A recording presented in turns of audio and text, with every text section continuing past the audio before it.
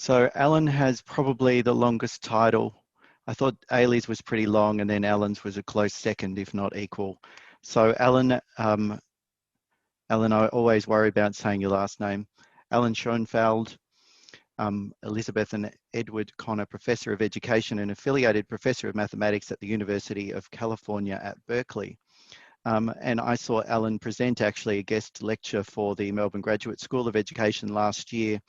And I was straight away on to Scott Cameron, who helps us organise this conference, and said, I think we should see if Alan's available. I was really impressed with his approach, and I thought it'd be really relevant today for you guys.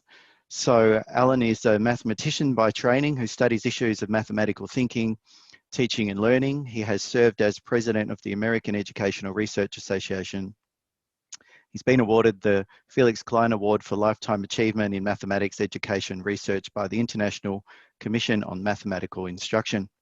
His main research focus is on teaching for robust understanding framework, the TRU, which I think Alan will focus on today, which concerns creating learning environments from which students emerge being knowledgeable and flexible thinkers and problem solvers.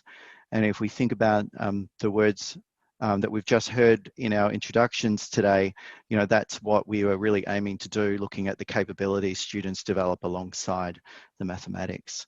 So Alan, I'd love to hand over to you to take us forward with your keynote today. Great. Well, thank you very much, and thank you for the introduction. It is a pleasure to be in Melbourne. I prefer doing it in person, but I must say the wear and tear on my body is a little bit less doing it by Zoom, and lockdown might have been a problem. So we'll proceed virtually. I alternate between long and short titles. I have a paper called Learning, for example, so I can be immodest in just one word or in a bunch of words. The theme for today, announced by the title, is to look at questions of what really matters when we think about learning. And then once we have our heads around that, to ask how we can support teachers in doing that, in crafting classrooms from which our students emerge as powerful thinkers and learners. So what I'm going to talk about is exactly that. The first part of the talk, I'm going to introduce the TRUE framework, Teaching for Robust Understanding. And what that does is it characterizes 5 dimensions of really powerful instruction in such a way that once you get your head around those 5 things, they can guide your ongoing reflection to be an increasingly powerful teacher. And then I'm going to talk about some tools and ways to think about professional development so that communities of teachers can collectively get stronger at supporting powerful instruction. So that's the outline.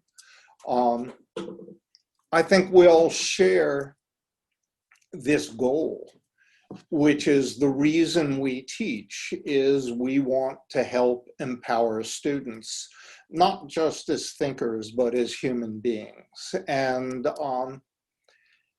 in today's talk, what I'm going to do is focus on 3 main questions. I distract myself with random thoughts. For those of you who are as old as I am, there is a movie starring Shirley MacLaine in which a bartender starts by saying, a martini has 3 equal parts.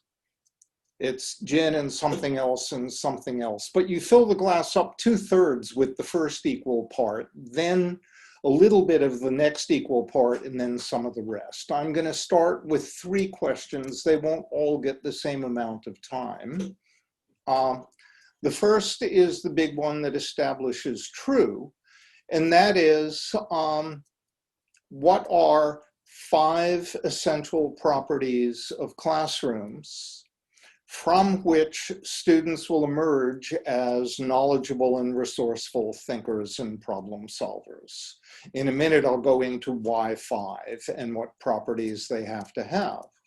The second question, as I've suggested, is what kinds of tools can we offer once we understand that? And then the third question is, once we understand all that, what really counts as we think about issues of professional development? So that's the outline, excuse me, and the 3 questions. Being a linear type, I'll start with the first one, which is the 5 essential properties of powerful classrooms. And the first question is, why 5? And the answer, simply put, is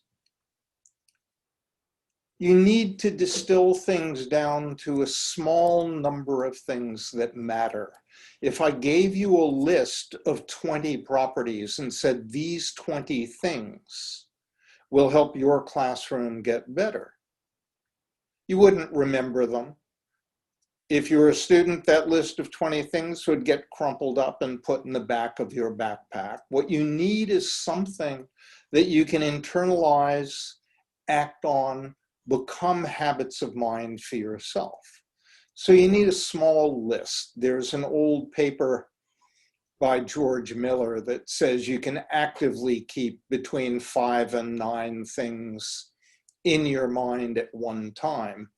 And I shoot for 5. The second is, what do you want those 5 things to be in terms of their properties? Well, first of all,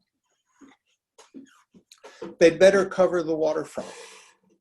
If I'm saying these 5 things really matter, but it turns out a 6th one is essential and I've ignored it, then I've done damage, and that's no good. The 5 have to cover everything. Second, because I care about applications and I want it to make a difference, the way you talk about those 5 things has to be such that you can turn them into useful ideas for improving your teaching, and do so in such a way that you support professional growth. So those are the goals. It took me and my group about 6 years to come up with the first robust version of this framework. I'll spare you the actual details of the research. My poor students lived through so much, but we got to a point where we had something that was workable. And what I'll try to do is give you a sense of what the framework actually looks like by showing you a video clip that I think is pretty cool. It really shows students engaging powerfully with mathematics. And I'll use that as a springboard for talking about the attributes of that classroom and what matters in true. So that's what you're in for. Let me tell you a little bit about the video itself. Often you get videos from idealized classrooms, and then you wonder, can I make this happen in my own? This is done by a master teacher. You know, I'm not Maggie Lampert, I'm not Deborah Ball. Maybe they can do this, but could I do this? Well, this particular videotape was made of a teacher in, I believe, her 2nd year of teaching in an inner city school in Chicago, which is perhaps the most disrespected school district in the United States. Very high poverty, very high teacher turnover, etc. You may know the formative assessment lessons built by the Shell Center. The teacher is working through a formative assessment lesson, we call them FOWLs, entitled Translating Between Fractions, Decimals, and Percents. And I'll tell you a bit about the lesson. There are 100 of them. They're available on the Mathematics Assessment Project website, which I'll put up again later. There are tons of downloads. Each lesson, so-called, is actually about 2.5 days worth of instruction.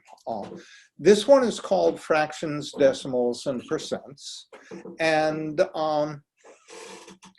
there are parts that are whole small group. There are parts that are whole class. We're going to be looking mostly at small group.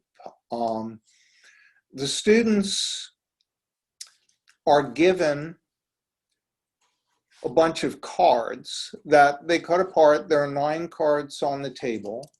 And what they're told to do, their first task is, for each card, except the last one, which I'll get to, there's either a decimal or a percent. One of them is missing. Fill in the missing one. So 0.2 is 20%. 12.5% is 0.125, etc. And then where it begins to get interesting is place the cards in order of size.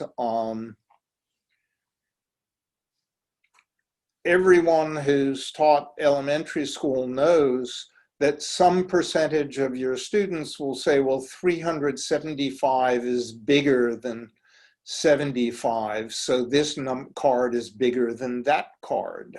And that will, because part 3 is check that you agree, stimulate some disagreements among the students, and then they get to talk this through. Well, that's just the beginning for this task. After they've done the first card with decimals and percents, they're given area models and asked to do the same thing. Underneath the cards with the decimals and percents, put the matching card with an area model. You'll notice there are some missing cards. They get to fill those in for themselves. And they need to explain their thinking to each other and agree upon their answers. As if those 3 representations aren't enough, they also get to do the same thing with fractions and with number lines. By the time they're all done, if they've done it correctly, this is the full solution, their desktop will look like this. The gray cards are the ones that were blank before that they had to fill in for themselves. So if I go in the last column, for example, you'll see they had to fill in the area model back there. So there's a lot of that. And they needed to agree on this whole thing. We're going to start with the teacher giving instructions, and then we're going to zoom in on some small groups as the teacher circulates. After a little bit, what we see is one student explaining to another how to convert 50% to a decimal. That was in the first part. But if you look behind them, what you'll see is that there are all sorts of groups working together. There's a lot of stuff going on in this classroom, in the small groups. Then we move to that column that I showed you, the last column in the answer sheet, where the students are supposed to have decimals, percents, fractions, and number line, and then area model for 1.25. And one student draws this and says it's 1.25, and another student says, I want to challenge you. You'll see they have key phrases they use for dialogue in the class. I want to say that what you have, you've only shaded in 1, not 1.25. And the other student says, no, it's 1.25.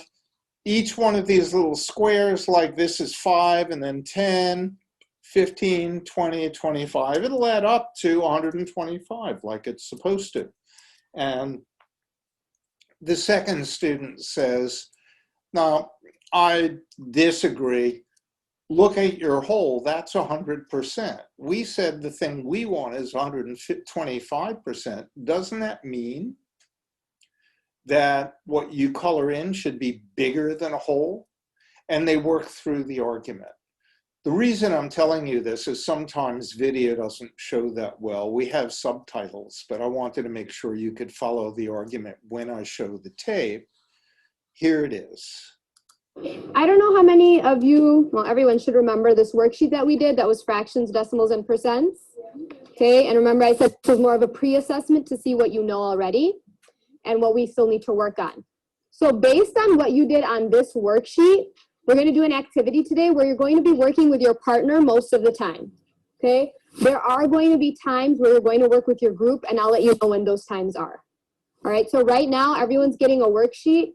Once you and your partner have sorted your cards, so you're filling in the blanks first, then you're sorting them from left to right. That's why I don't want anything else on your desk, so you have space. Once you've sorted them, then you're going to turn and talk to your group members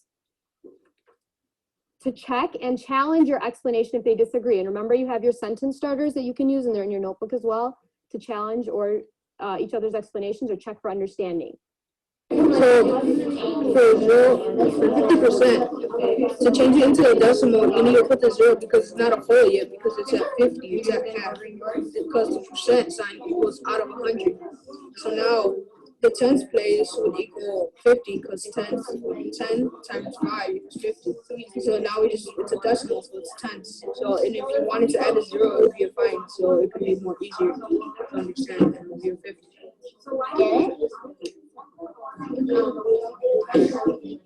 I want to challenge Kashana on 80%. I think it's wrong. Yes. I disagree. I disagree with you. I disagree with you.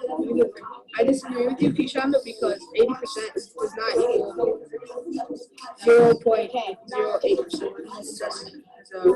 I disagree with you. Can you please clarify how did you get it? Can you clarify how you did it? So if you put 0.5, it means that you're practically saying that it's 50%. So change it to 5. Change it to just plain 5%. So Kevin, do you know why she changed it to 5%? Yes, because that's the only one doing it. No, but like, do you understand why did she say to change it to 5%? Yes. Why? It's 50%. Oh no, 5% over just one with decimal opposed to 50%. Yeah. So let's go. We put next 12.5%. Same thing. Okay. So then She put this one. let's scoot this. Okay. So I think I know how you got 1 and 1/4 because what you did was 1 whole because of the 1, and then when you did 1/4 because of the 25, which is 1/4 because 25 times 4 equals 100. Well, you can kind of get the idea of quarters, and then that's how you got 125% and 1 1/4. Yeah, that's right. And then we got like 4.5% over here because it's 1/8. 1/2 equals 50%, and then to get 1/4, you have to divide that, which equals 25%, and then you have to divide that to get 1/8, and 25 divided by half, only 2 equals 12.5%. And over here it's 3/8. Well, I already explained that the 1/8 equals 12.5%, and 12.5% times 3 equals, let me see, 37.5%, which is right. So 3x equals 37.5%. I know that you got 125% for 1.25, and that is right. That 1 point, that is right. That 1 equals 125%. But the problem is the picture. You just shaded like this whole thing, and this And even if even if it's not even a whole because you're missing this part and I'm not missing any part. It's not like yeah, supposed that's to be not full. one and it's not 125% equals 1 and a 4. No, And it's this is no, it's not one. supposed to be 1 and a 4. It's actually most likely all these squares it just equals 5 in each square. How do you know? Yeah, because if you would actually like if you would do like 5, 10 and it would all go to 125. Now I would like to see what you done. I'm gonna challenge you. What does 1 equal? 1 equals what percent? 1, the number 1. 100. What's greater, 125% or 1%? Or 100%? 125%? 125. So doesn't that means that since 125% is greater, doesn't that means that 125% is more than 1? Yes. Tell me if this answer is right or wrong. It's right. Why is it right?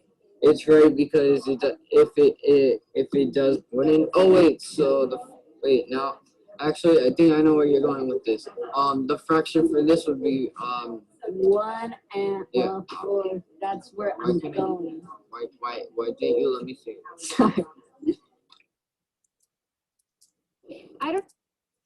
Okay, it's a pretty amazing exchange. I want to remind you that this is an inner city school with ordinary kids in the school district with a second-year teacher. And going back to my slides, what we see here is some real learning taking place between the students. And people always say, well, where's the teacher in this? The teacher is all over the place. I'll say a bit more about that in a minute. What I'll say first is that, at least in Western classrooms I know, and certainly in a number of the Asian classrooms that I'm familiar with, there's very clear evidence that when teachers use the kinds of lessons and the kinds of pedagogy like this that have the students deeply engaged with the content, as opposed to what has been characterized as demonstrate and practice classrooms, the students learn a great deal more, and there's more than just their content learning. They walk out empowered, thinking of themselves as people who can and are willing to do mathematics. If you remember the comment that Jim Waterston made at the beginning about there being so much more than just learning content, it's about your identity as a learner. We'll get to that in just a second. Classrooms like this produce students who have much more positive disciplinary identities. So let me go back to the first main question, which was, can we identify 5 key properties of classrooms? And what I'm going to do is use the tape you've just seen to illustrate the 5 properties. Again, there's loads of literature behind this, loads of papers on our website that you can go to if you want to see the details. So the short version is, here are the 5 dimensions of powerful mathematics classrooms. So I start with mathematics and then generalize. Our initial research was in math classrooms, but the ideas apply more broadly. Well, what's the first thing that counts? It's the content. If the content is low-level, boring, uninteresting, classroom dialogue isn't going to transcend it. The kids don't have much opportunity to learn very much.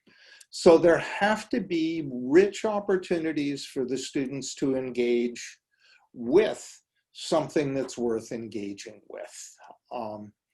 That goes without saying, but that's only one of 5 dimensions. It may or may not be that the content is rich. If it isn't, powerful learning isn't going to take place. But even if it is, a lot more has to happen.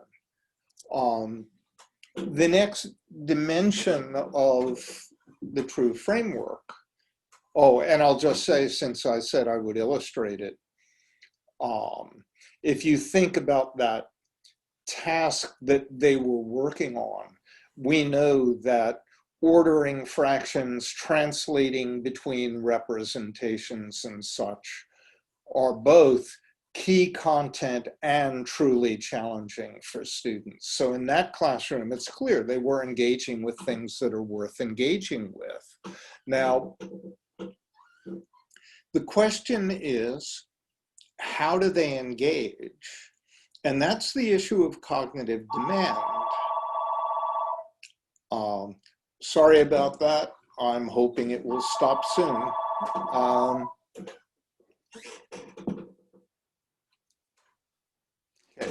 Okay. The question is, are students engaging in such a way that they're doing sense making and they're engaged in what we call productive struggle? As a result of they're working on this, you can see them actually making progress and learning. The two extremes are, on the one end, it's too easy and there's nothing to learn.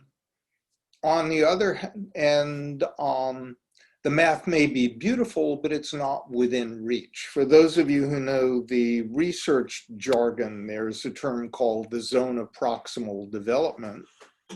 The question is, are the students working in such a way that they're building on what they know in reasonable ways?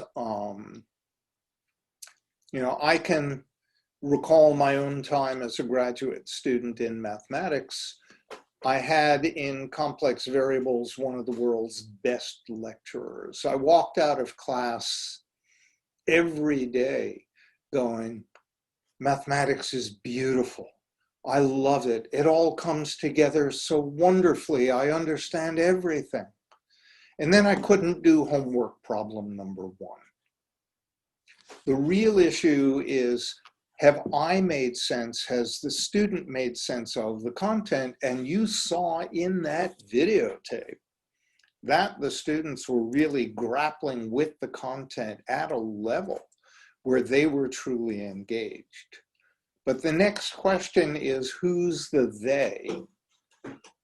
And we've all seen classrooms in which the mathematics is beautiful because the teacher calls on the 3 kids who get it, and the rest of the students are either ignored or they duck and cover when the teacher looks in their direction. The serious question is, who has access? It's not a powerful classroom unless every single student gets to engage with the core content in powerful, meaningful ways. So equitable access is a key dimension of powerful classrooms. And then getting to the issue that Jim raised at the very beginning, access in what ways? You're math teachers, so I don't, or you're math people, and we identify as such. I don't have to tell you about an experience that I've had that I'm sure you have. You walk into a party, at least we used to have those pre-COVID. I'm hopeful that we will again. And someone says, what do you do? And you say, I'm a math teacher. And that person gets this funny look on their face and goes, oh yeah, I gave up on math when they told me turn the fraction upside down and multiply, or when they told me a minus times a minus is a plus. I'm just not a math person. And Many people say it with some pride, and when they do, I have to restrain myself saying, would you be equally proud of saying you were illiterate? But the serious question for us is,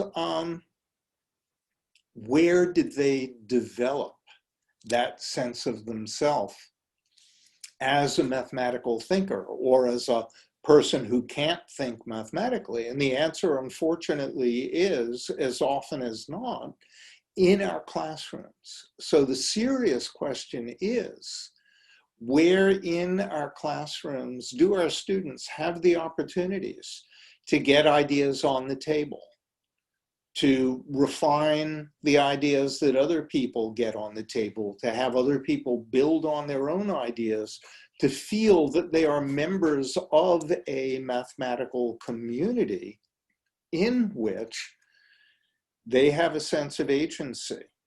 They can contribute to mathematical conversations. The math that emerges is not something handed to them that they memorize. They own it. They built it. They have a sense of authority in the sense that they authored it. And their identity is not, I'm not a math person, but hey, I contribute to mathematical conversations. Classrooms can be structured so that happens. That's what a powerful mathematics classroom is. And then formative assessment. Now, I know that that's a term that gets discussed a lot, but I want to talk about one fundamental misconception about formative assessment. And we saw it, in fact, when Malcolm Swan, who is one of the developers of the formative assessment lessons, came to Berkeley to work with some of the teachers who were pilot testing the materials. And we were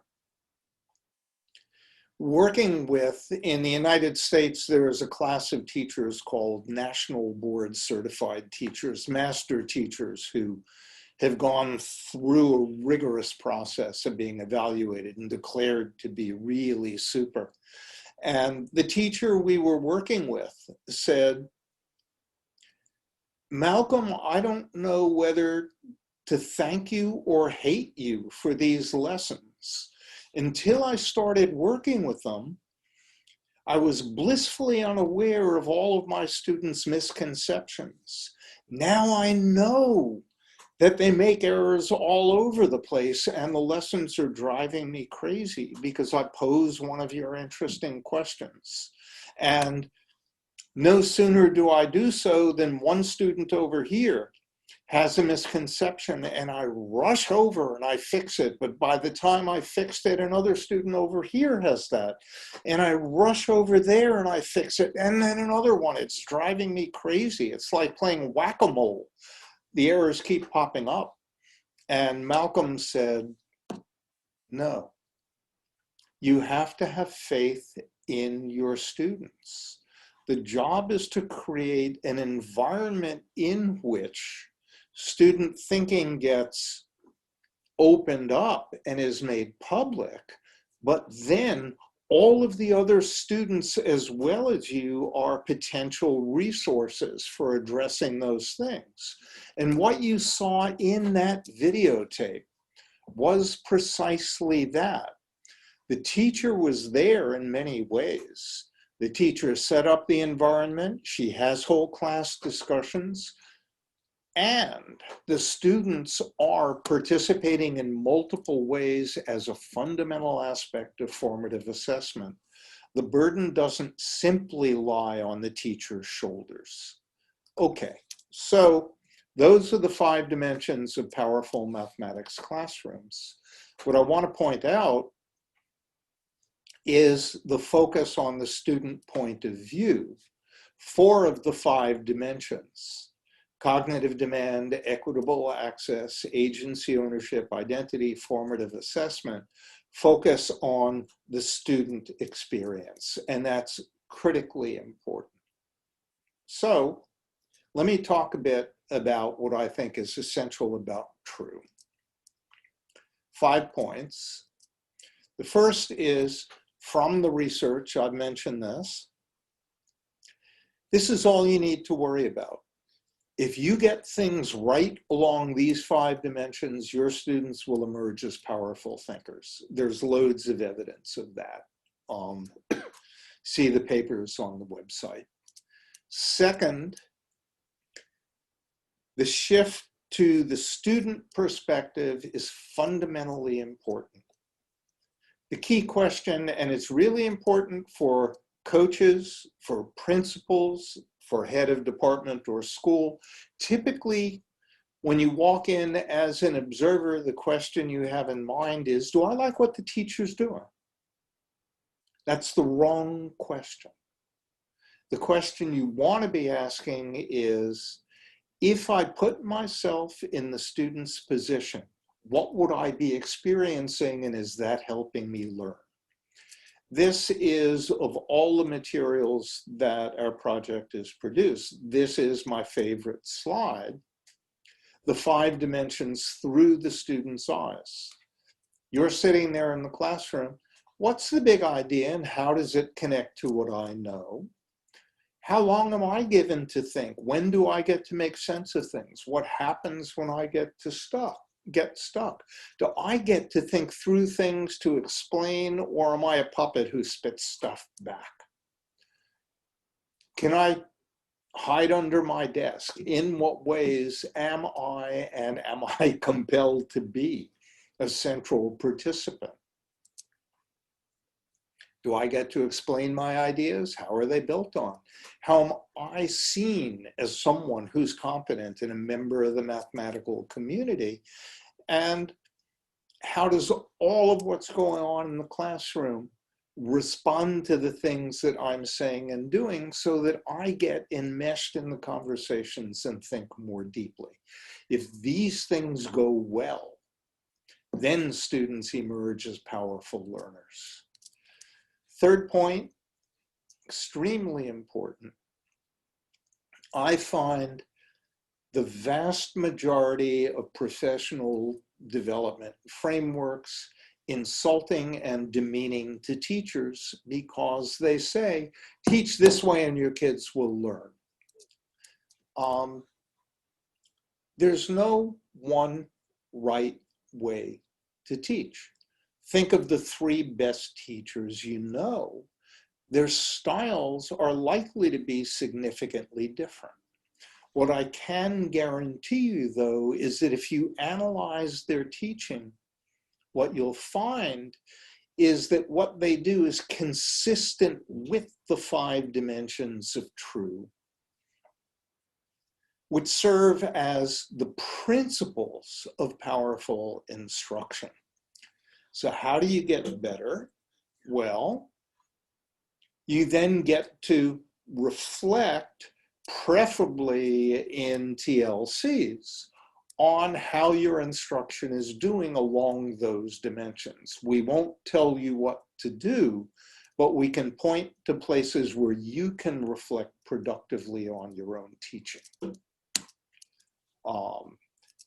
That's what I just said. The second half of this, there's a paper that talks about 6 different ways that colleagues of mine have created radically different professional development, all of which are consistent with the underlying principles, all of which help teachers. Fourth point, the important thing to understand about true is that it's not simply a tool or a set of tools. It's a philosophical approach and a perspective. It's a language for talking about teaching. The head of mathematics in Chicago said, the classroom we picked was out of the entire district, which was using true. For the first time in my experience, my kindergarten teachers can talk to the 6th grade teachers who can talk to their principals because they're all using the same language of instruction. That way we can build coherently. We have tools that I'll talk about, A fifth point to administrators, one of the major issues we have is that if you're a teacher, you're given 7 different initiatives to follow. One for language, one for content, one for classroom behavior. It's so many things to attend to. If you're an administrator, a head of school or department, you have all these things you're supposed to do. The key point is that once you internalize true, it's synergistic with them. It doesn't compete with them. Whatever you're doing, you can ask, how can I make the content richer? How can I make sure students are working within their zones of proximal development? How can I make sure that I'm involving as many students as possible in ways that give them opportunities for agency, etc.? Okay. The first large part of the martini is done. I'm up to the second, which is shorter. The third will be shorter still. What kind of tools can we offer? We have a bunch. I've already mentioned the fact that there's a paper that talks about the fact there is not just one way to do PD, but we do offer a bunch of tools. You've seen an example of part of the fractions, decimals, and percents lesson. They really do make a difference. They were funded by the Gates Foundation, and the Gates Foundation trusts no one, so unbeknownst to us, they went in and evaluated classrooms where the FALs were being used. And across Kentucky, what happened was the FALs were being used 2.5 days each, 4 to 6 lessons means 10 to 15 days of instruction added into the curriculum. And what their researchers discovered was those 8, 10, 12, 15 days of the curriculum made a difference of 4.6 months of student learning when you measured students' math knowledge in the same way that you measure reading knowledge. Oh, the student's reading at grade 4.2 level. Oh, after a year, the student's reading at grade 5.8 level. The student gained half a year. My first reaction was 10 days gives 4.6 months improvement? Crazy. My second reaction was, of course it did, and here's why. What the lessons do is they support the kinds of pedagogical practices that you just saw. Instead of demonstrate and practice, you have kids who are actually engaged in thinking, conjecturing, arguing, explaining. And even though it was only 10, 15 days, what happened was the teachers picked up that this was making a difference. And when you looked at their regular instruction at the end of the year, they were teaching differently. They were giving their students lots more opportunities to talk. And that's what made a big difference. Changing the pedagogy really does have an impact. And we have a bunch of other tools that help along those lines. There's a tool called the True Conversation Guide. Basically, what we like to do is instill reflection along the 5 dimensions. So with regard to the content, what are the big ideas today? How do they fit in? With regard to cognitive demand, where do I provide opportunities in today's lesson for kids to do sense making?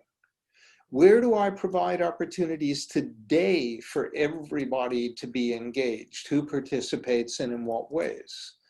And do they get to explain and respond? And how does their thinking get revealed? And how do we build on it?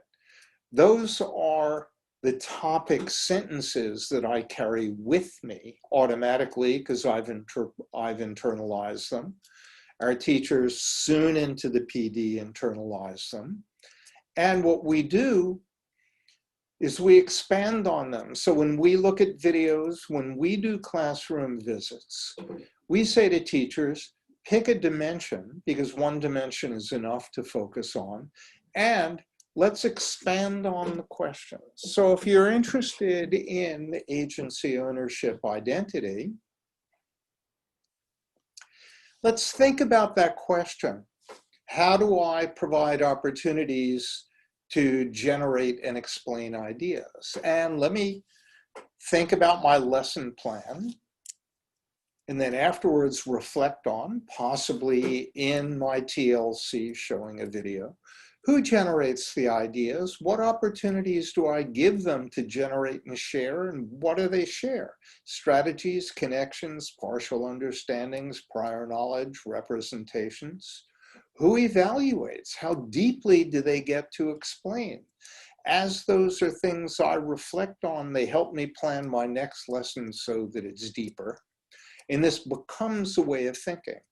The True Conversation Guide has these questions for all 5 dimensions.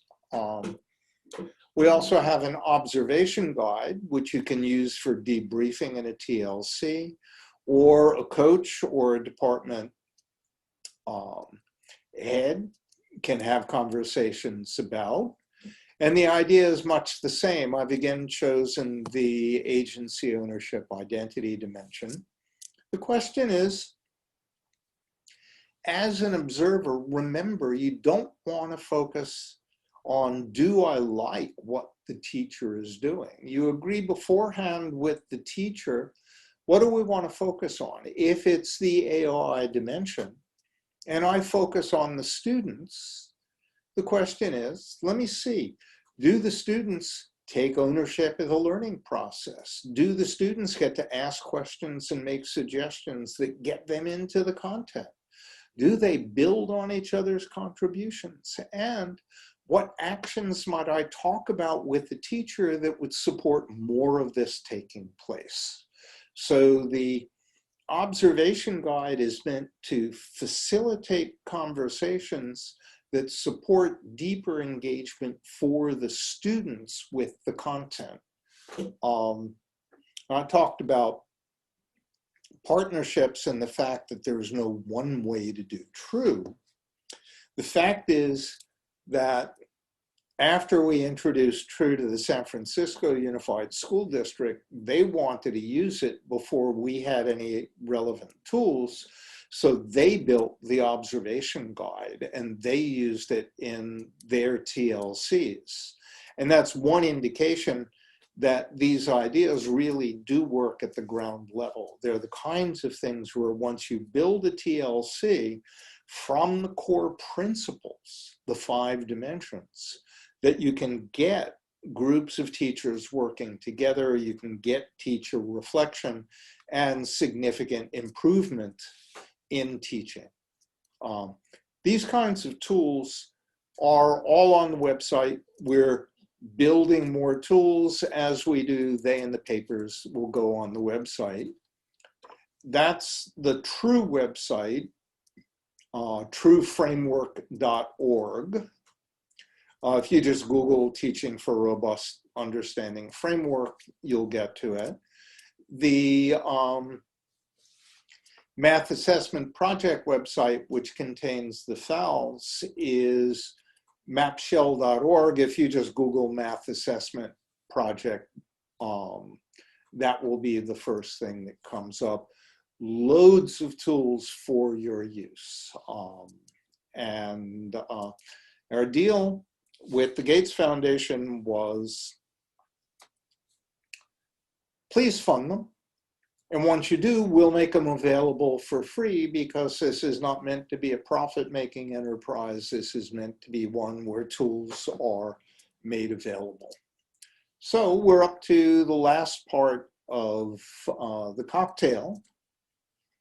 And that is, and of course, I've been saying bits of this as we go along, what matters as we think about issues of professional development?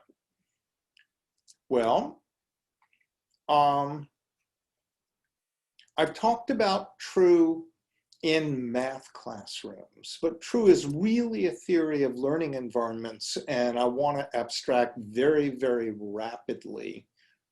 There's, again, a lot of background literature that does this. So pictorially, I'd like to take you through 3 levels of abstraction. You've already seen the version for the math classroom, then the classroom in general, and then the question of learning environments in general, in particular, learning environments for professional development. That's what I walked you through, the 5 dimensions of powerful math classrooms. And that's where I started, where we spent our first 6 years. What helps students learn math? What are powerful math classrooms? And the first dimension was the mathematics. But as I talked to fellow science teachers, we had a secondary math and science program, we agreed, look, cognitive demand, equitable access, AOI, formative assessment, they're critically important in science classrooms.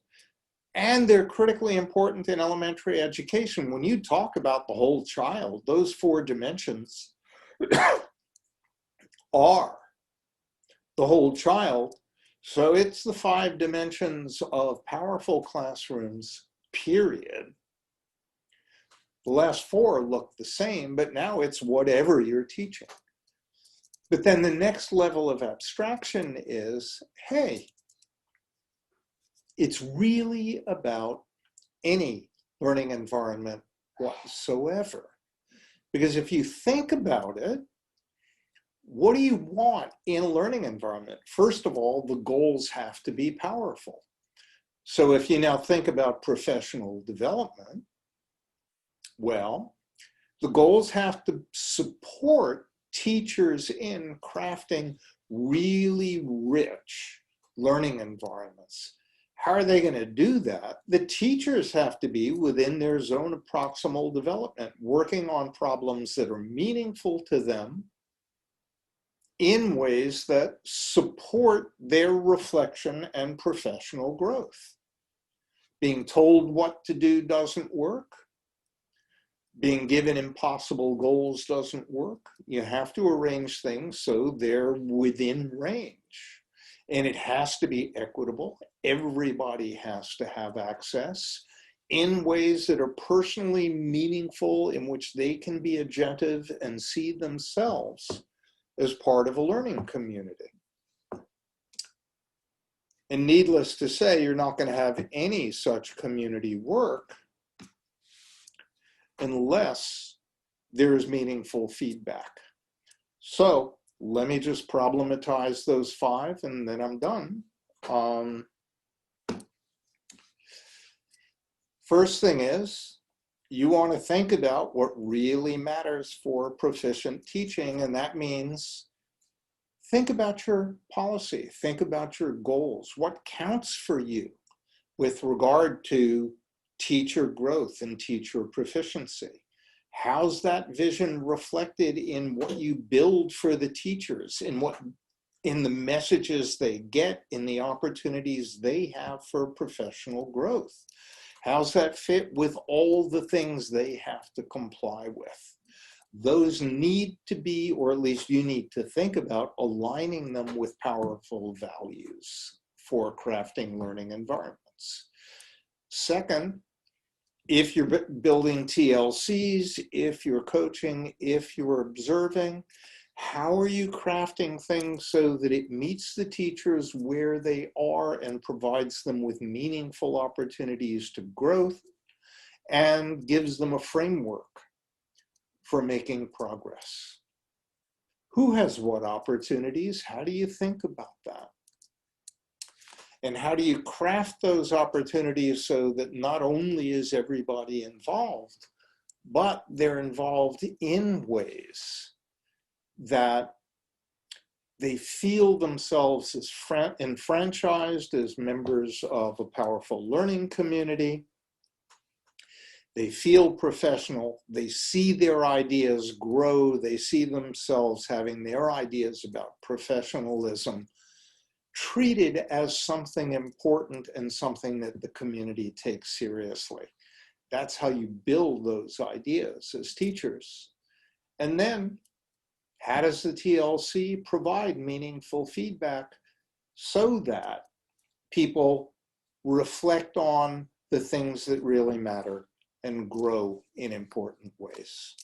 Those are the questions. My experience has been, and my hope is, that if you attend to those 5 things, first of all, it's fun. Second, conversations in TLCs are rich. And third, we get better at teaching and we serve our students better. So that's the talk, and I actually managed to finish with 5 minutes for Q&A if Scott or Peter would like to throw something at me. Well done, Alan. And there's been some positive comments and some questions in the chat. So I'll start off in our last few minutes before we run out of time. So the first one was, I really enjoyed seeing students using sentence starters and prompts to clarify and challenge one another's understanding. And so some people were asking, are the sentence starters available through the resources and website somewhere that they could access? And perhaps you could just comment a little bit more on the use of sentence starters and how they supported discussion. Yeah, the first thing is those students are amazing. They're far more polite and respectful of each other than my faculty colleagues and many undergraduate and graduate classes. The sentence starters were actually a feature of the classroom that we visited. They are not a true tool, but if you Google sentence starters, they're a thing and they're all over the web and you can find them. And what I can say, having watched it, is that it doesn't take very much work before students learn. You don't say, you're wrong. You say, I disagree, can you explain? And as a matter of fact, in that video, what you saw when a student said, you said it's 0.08, I think you're wrong. The student next to him said, you can't say that, you gotta say I disagree. So you can build a culture that does that very fast, and on the web, you'll have your choice of sentence starters. We put on things on the True site, we put on things that had been co-developed, but it would be theft for us to put those on, so they're not there.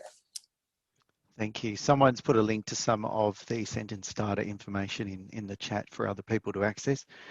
There was a question about, has any work been done looking at how this approach would support kids on the autism spectrum or with autism spectrum disorder? Has that been part of the work? Not directly. I'll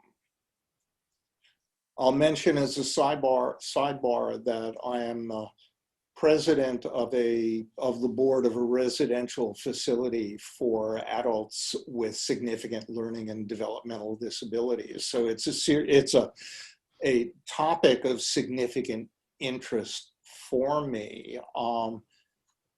What I've had is informal commentary from many special education teachers that reflecting on these issues is dead center with their concerns. I have not